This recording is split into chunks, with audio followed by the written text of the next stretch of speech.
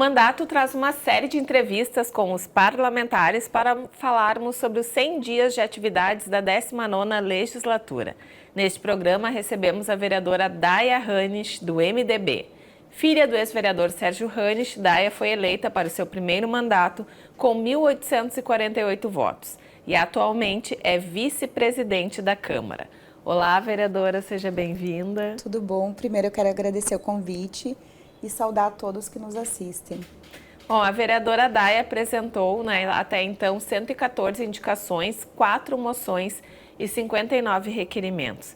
Vereadora, eu tenho trazido esse tema especialmente para as parlamentares mulheres, que este ano ocupam a vereança, que é a da violência de gênero. A senhora será procuradora da mulher no ano que vem, tem acompanhado desde então todas as atividades realizadas pela Procuradoria Rede Integrada Laço Lilás e também é uma temática que tem a ver com o seu trabalho como policial civil. Queria que a senhora falasse sobre esse momento do Estado, tão crítico, que nós tivemos somente no feriado de Páscoa 10 feminicídios. Como está essa situação da violência da mulher e como a Câmara pode contribuir para minimizar, para reduzir esses números? Sim, foi um momento muito triste para o nosso estado, com esses 10 feminicídios. E é uma luta muito grande, tanto na questão, a mídia nos ajuda muito nisso, mas o meu ponto de vista como vereadora também é que a mídia se volte muito mais para a questão de orientação de como essas vítimas podem buscar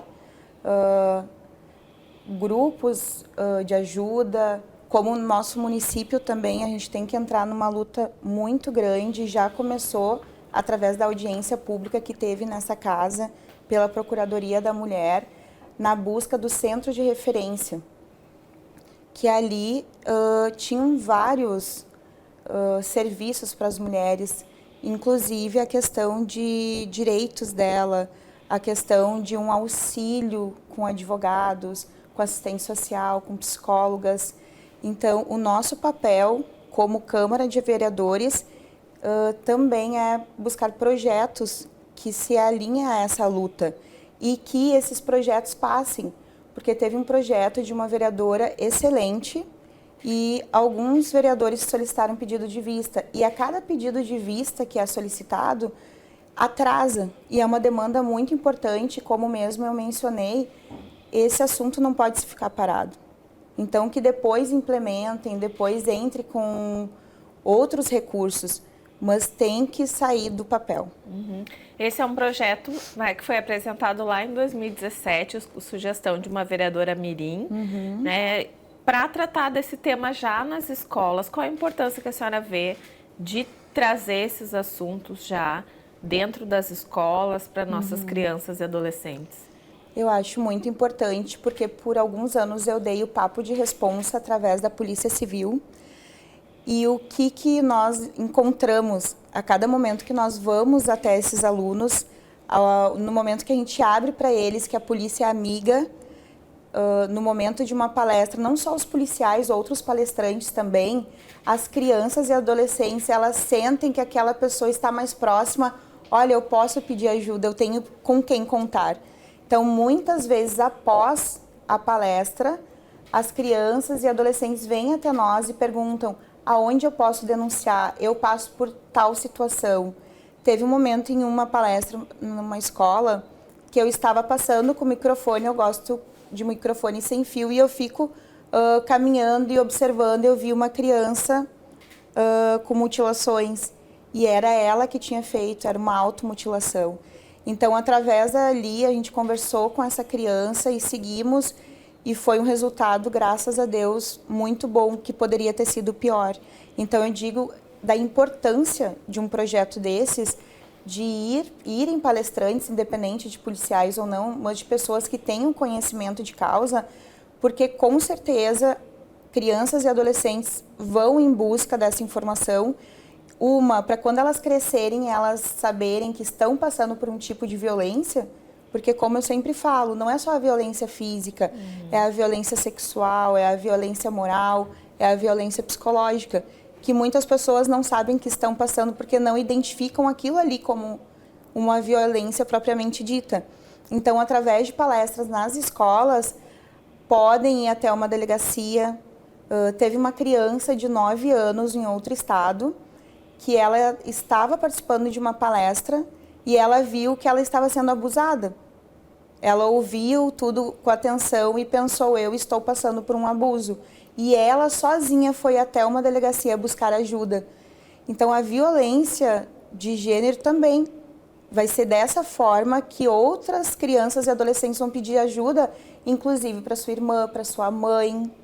É muito importante. Inclusive porque muitas vezes as crianças presenciam, né, essa violência dentro de casa, do pai contra a mãe, contra a avó.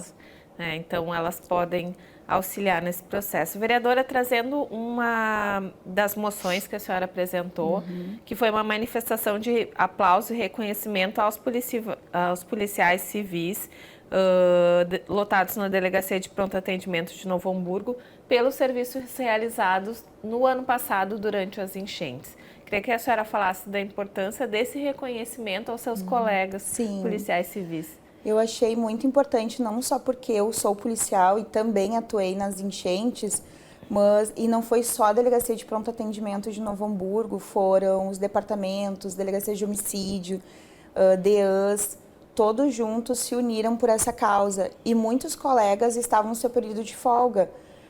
Muitos de nós ficamos 24 horas acordados, nós saímos de um plantão e cada um ia para a sua comunidade também auxiliar as vítimas das enchentes. Então, muitos resgates. O que ocorria? As pessoas iam com um barco fazer um resgate e tinham pessoas que abordavam e não deixavam o barco ir até determinado local. Então, colocaram nós como policiais para segurança, inclusive desses barqueiros. E foi um resultado excelente.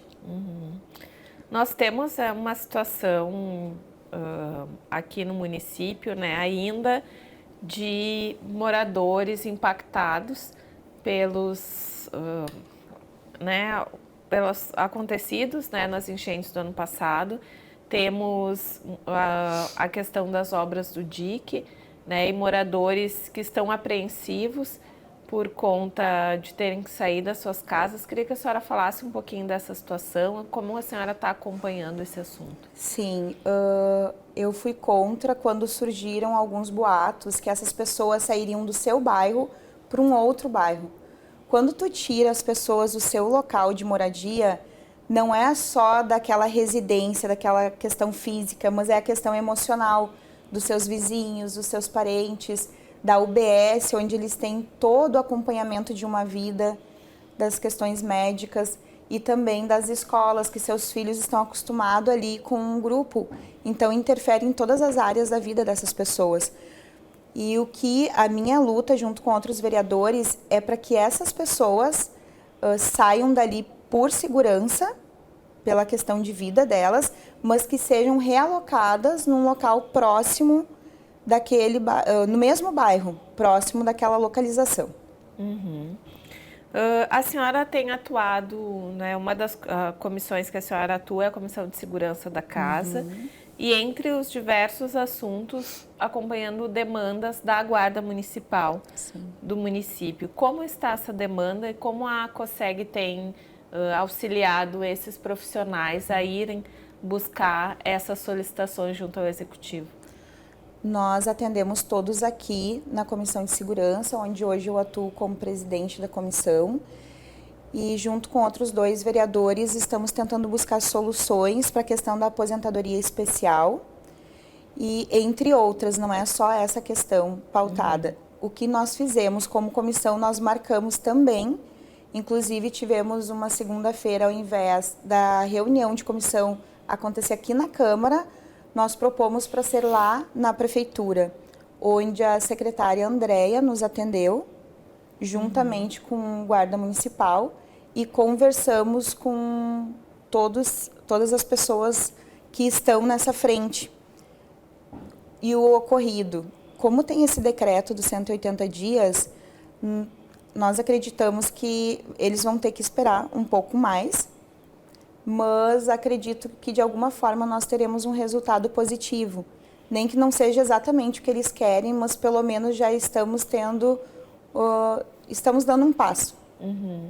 E um requerimento que a senhora, um projeto que a senhora apresentou e que está tramitando na casa, junto com a vereadora Deza Guerreiro, Sim. é a criação do Conselho Municipal de Bem-Estar Animal. Sim. Queria que a senhora falasse sobre a importância desse projeto e a expectativa, se acredita que irá ou não a plenário. Eu espero que vá a plenário. Sei que as minhas causas são outras, mas eu sempre brinco, eu sou muito cachorreira, também sou. Eu acho que a maioria das pessoas que têm um animalzinho também lutam por eles. E eu acredito muito que esse fundo ele é importante para que a gente consiga verbas do Estado também, não só do município, que a gente sabe a questão do canil está bem crítica e são questões de anos que precisa ter esse zelo e esse cuidado maior. E o nosso vice-governador, o Gabriel, que é do meu partido, do MDB, ele é veterinário e ele é muito por essa causa animal também. Então, através do fundo, nós vamos até o Estado tentar outras alternativas para essas verbas virem até para a questão da castração desses animais. Que outros requerimentos a senhora destacaria, assim, que apresentou e que acha que é importante a comunidade saber? Outro requerimento que eu achei muito importante, que também foi com outros vereadores, que é a questão da instalação da Comissão Especial de Combate à Pedofilia e ao Abuso Infanto-Juvenil, que também é uma questão pela o uso, a utilização de crianças e adolescentes vem crescendo muito na internet. Essa comissão ela é muito importante, não é só os casos que acontecem em casa. A maioria dos casos acontece em casa, com pai, padrasto, tio, avô. Então, eu acho de suma importância essa comissão, porque são as nossas crianças e nós temos que cuidar cada vez mais delas. A senhora está atuando também no Conselho de Ética da casa, relatora. Isso. E queria que a senhora falasse sobre o trabalho dessa comissão. Inclusive, a senhora está fazendo um relatório, né, de um processo que chegou aqui à casa. Foi o primeiro processo que chegou na casa e eu, como relatora, estou com esse processo, já conversei com os demais vereadores e estaremos apresentando ainda essa semana o relatório, que é a questão dos médicos e do vereador Joelson nas UPAs. Então, não tenho mais detalhes para informar, porque a gente vai estar apresentando essa semana, ainda não veio a público. Mas o que eu sempre tento pautar, pelo que está na Constituição e nas leis, não fugir dessa questão. A senhora é uma defensora, né, até como pessoa que trabalha na área de segurança, da constitucionalidade dos projetos, de seguir, né, também algumas pontuações que é feito pela Procuradoria da Casa. Queria que a senhora falasse do seu posicionamento em relação à constitucionalidade ou não dos projetos. O que ocorre? Eu sou formada em administração de empresas, não sou formada em direito, mas eu acredito que como uma casa legislativa nós temos que pautar por isso. O que ocorre? Nós tínhamos colocado um projeto que era para o aumento da idade do ingresso na Guarda Municipal, que era de 30 anos para 35 anos. Porém, no decorrer, nós ficamos sabendo através da Procuradoria desta casa que teria um parecer de inconstitucionalidade. Prontamente eu pedi para retirar o pedido e nós colocamos então como um projeto sugestão. Porque se o Executivo tem o seu papel, nós como Legislativo temos o nosso. Então a gente sempre tem que pautar pelo respeito a cada um. Então, se tem uma outra via que é um projeto de sugestão, vamos pela via correta. A senhora integra o MDB, partido que apoiou um outro projeto, inicialmente para a administração municipal, mas desde o princípio, né, passadas as eleições, tem tido uma boa relação com o prefeito Gustavo Fink. Queria que a senhora falasse sobre a relação sua e da bancada do MDB com a administração municipal. Sim, o que eu penso, independente de partido, a partir do momento que nós somos eleitos, a nossa bandeira é a comunidade de Novo Hamburgo. Então, sempre eu, Daia, sempre falo, enquanto for bom para o povo, para o coletivo, para a maioria das pessoas, sempre eu vou a favor do governo. Quando eu verificar que não for, eu estudar e pelos meus princípios eu não concordar, eu tenho uma questão muito tranquila em votar contrário. E a sua avaliação desses primeiros 4 meses aí de governo Gustavo Finck, principais erros e os acertos? Os erros, eu acredito, muitas vezes coisas feitas de uma maneira que a gente pensa que não está pensando e está agindo muito rápido. Mas, ao mesmo tempo, eu me emocionei muito com uma questão que ocorreu na semana passada, que eu fui até a Fevale e em uma reunião eles assinaram o termo sobre o anexo 3 do hospital, onde é uma contrapartida com a Fevale, com o município, onde a Fevale vai dar toda a obra, terão 5 andares o prédio, o 5º andar somente vai ser para os alunos da Fevale e todo o mobiliário vai ser destinado pela Fevale também. Então foi um momento que eu me orgulhei muito, me emocionei e pensei, bom, está sendo só início de governo, nós não podemos apontar e julgar, eu acredito que no decorrer a gente vai conseguir ver bastante coisas boas. Esperamos. Outras situações que a senhora destacaria, nós temos algumas críticas sobre a questão das desocupações, né? Ou a forma como têm sido feitas as desocupações, que inclui a questão lá dos moradores do dique. Sim. O que eu falo, tem casos, eu acho que está sendo de uma maneira a publicidade dos atos. O que ocorre? Tem casos que já estavam na justiça desde o governo do Tarcísio, desde o governo da Fátima. Então, e só agora o judiciário bateu o martelo, digamos. E só que eu acho que falta essa publicidade. Não, já tinha uma questão judicial ou um caso que chegou para mim no meu gabinete. Uma família falou assim, olha, nós sabemos que é uma área verde, compramos sabendo que era irregular, porém nós queremos que a prefeitura nos indenize. E indo atrás, pedindo maiores informações para o executivo, nós descobrimos que aquela área já tinha sido indenizada. O que ocorre? Eles são indenizados e ainda vendem para terceiros. E não tem como a prefeitura usar o teu dinheiro, o meu dinheiro e pagar 2, 3 vezes pelo mesmo local. Então, eu acho que falta um pouco de informação do que ocorre verdadeiramente. Então, muitas pessoas foi de repente ou elas já tinham esse conhecimento. Então, eu acho que falta essa questão de ir atrás da informação correta antes de qualquer coisa. Daí, tu por muitos anos acompanhaste aqui os mandatos, né? Foram vários mandatos do teu pai, saudoso Serjão. E agora chega aqui na casa, queria que tu falasse sobre as principais dificuldades que enfrentaste nesses primeiros meses como vereadora eleita. Sim, a cobrança é muito forte. Muitas pessoas não entendem que eu estou vereadora há pouco tempo, comparando, digamos, 100 dias. E ela já relaciona o meu pai, ele tinha 20 anos de caminhada, e ele diz, e se fosse o teu pai? Eu digo, gente, eu quero um dia chegar aos pés do que foi o meu pai. Mas isso é toda uma caminhada, uma evolução. Eu estou estudando, eu estou trabalhando, eu estou tentando dar o meu melhor. Aos pouquinhos eu vou evoluindo, eu também tenho uma outra profissão. Sou mãe, sou avó, sou dona de casa. Então, essa cobrança é o maior desafio para mim, porque eu já me cobro por natureza. Então, quando vem uma frase assim, nossa, estou tentando dar o meu melhor. Daí, tu já no primeiro ano assumiste a mesa diretora como vice-presidente.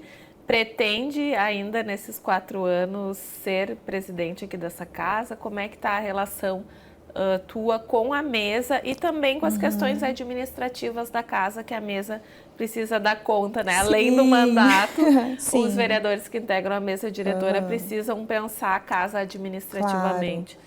Penso, com certeza penso sim, em ser presidente ainda, mas claro, com responsabilidade, vou verificar nas minhas condições de horário, de tempo, para ver se eu vou conseguir dar esse passo. Então, tudo com muito cuidado para não atrapalhar também o andamento da casa. Vereadora, queria agradecer a sua presença aqui no nosso programa, pedir para a senhora deixar um recado para a nossa comunidade e também falar sobre a sua expectativa de trabalho para os próximos meses. Eu que agradeço novamente e quero dizer que nós seguimos trabalhando com muita transparência, responsabilidade, sigo indo nos bairros, podem contar comigo, podem me chamar através do meu telefone celular, através do telefone do gabinete. Se precisarem, posso ir até a rua de vocês, até a casa de cada um. E eu penso que serão mais 3 anos e pouco de muito trabalho. Essas são as minhas expectativas e o melhor para a comunidade de Novo Hamburgo. Obrigada. Tá certo, vereadora. Muito obrigada. Esse foi o mandato trazendo o balanço sobre os 100 primeiros dias de atuação da vereadora Daia Rannes. No próximo programa, teremos mais um vereador falando sobre suas ações no Parlamento Hamburguense. Você pode acompanhar as notícias institucionais da Câmara pelos canais de comunicação da Casa e o trabalho da vereadora em suas redes sociais. Até o próximo mandato.